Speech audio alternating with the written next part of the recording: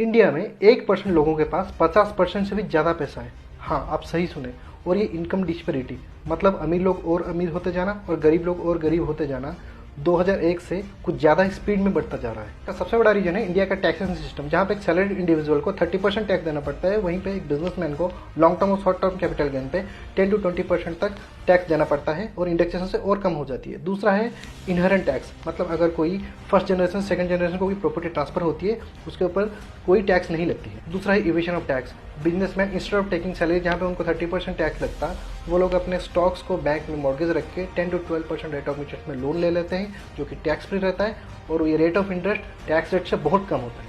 और नेक्स्ट में market forces में इन्फ्लेशन होती है, जिसमें चीज़ों की रेट बढ़ जाती है और लोगों की जॉब कट होती है, जिसमें सैलरी तो बढ़ती नहीं है लेकिन खर्चा ज़्यादा होने से सेविंग्स कम हो जाती है, इसलिए ज़्यादा सेविंग्स नहीं रहती है लोगों के पास, लेकिन बिजनेस पे इसका कोई फर्क नहीं पड़ता।